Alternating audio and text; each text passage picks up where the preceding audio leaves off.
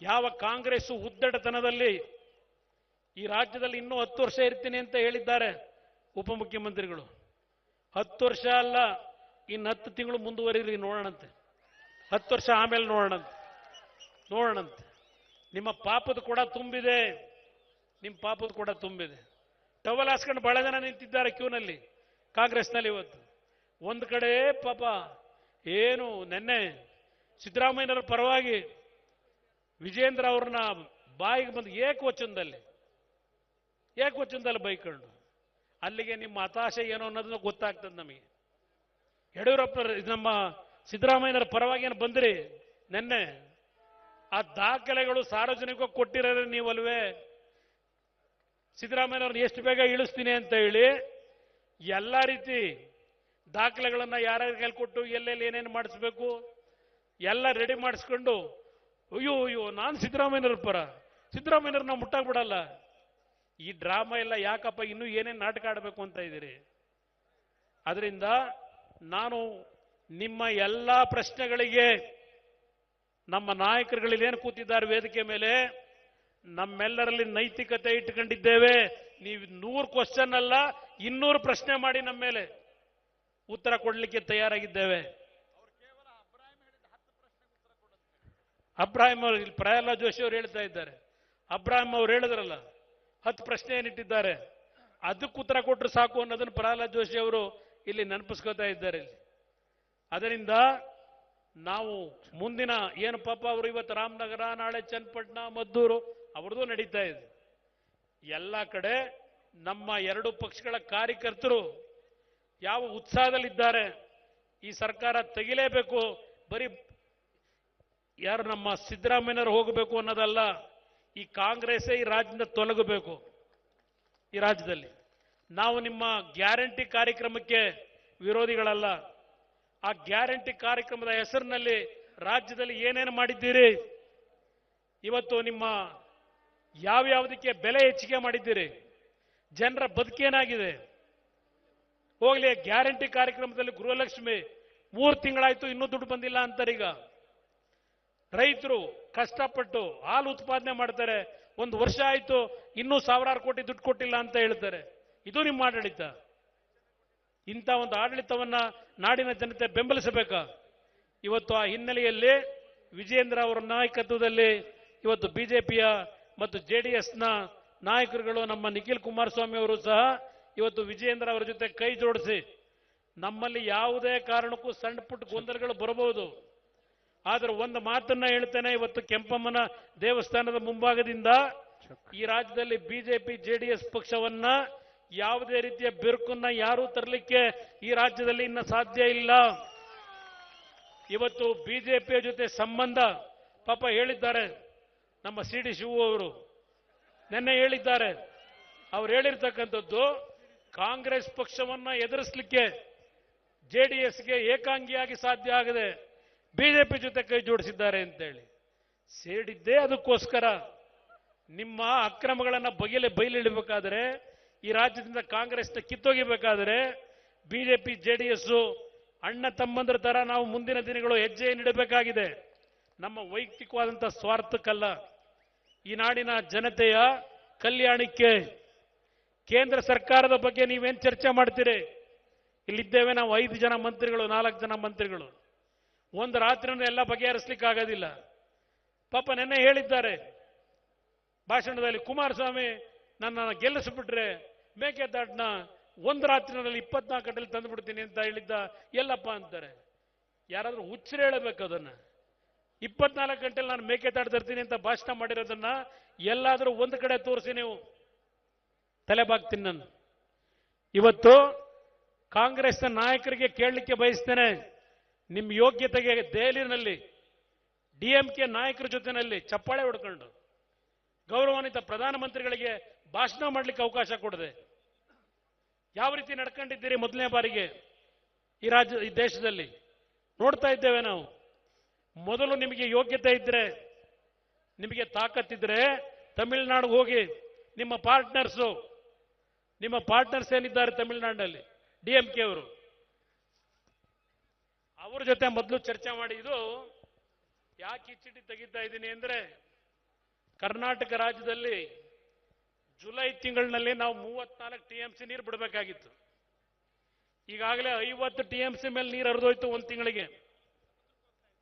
ಇಲ್ಲಿ ಇವತ್ತು Indian X ಪತ್ರಿಕೆ ಒಂದು ಆರ್ಟಿಕಲ್ ಇದೆ. ಇಲ್ಲಿ ಜನ ಅರ್ಥ ಮಾಡ್ಕೋಬೇಕು, ಈ ರಾಜ್ಯದ ಜನ. ಇಲ್ಲಿ ತಮಿಳುನಾಡು ರೈತರು ಹೇಳ್ತಾರೆ, Tamil Nadu farmers demand steps to store surplus Kaveri water. ಇದು ತಮಿಳುನಾಡು ರೈತರು ಹೇಳಿರೋದು.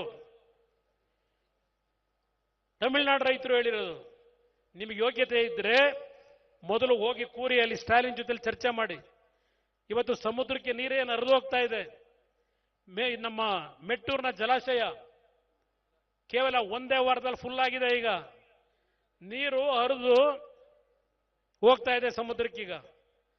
2018-19 600 TMC ನೀರು ಹೋಯ್ತು ತಮಿಳುನಾಡಿಗೆ.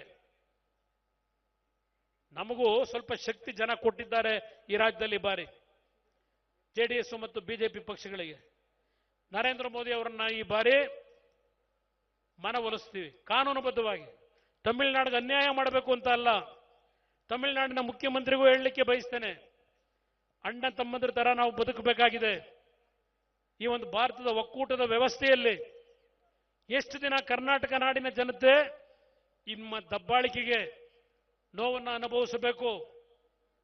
ಲೋಕಸಭೆಯಲ್ಲಿ ಮಾತನಾಡತಕ್ಕಂಥ ಶಕ್ತಿ ಕನ್ನಡಿಗರು ಇವತ್ತು ನಮಗೆ ಕೊಟ್ಟಿದ್ದಾರೆ.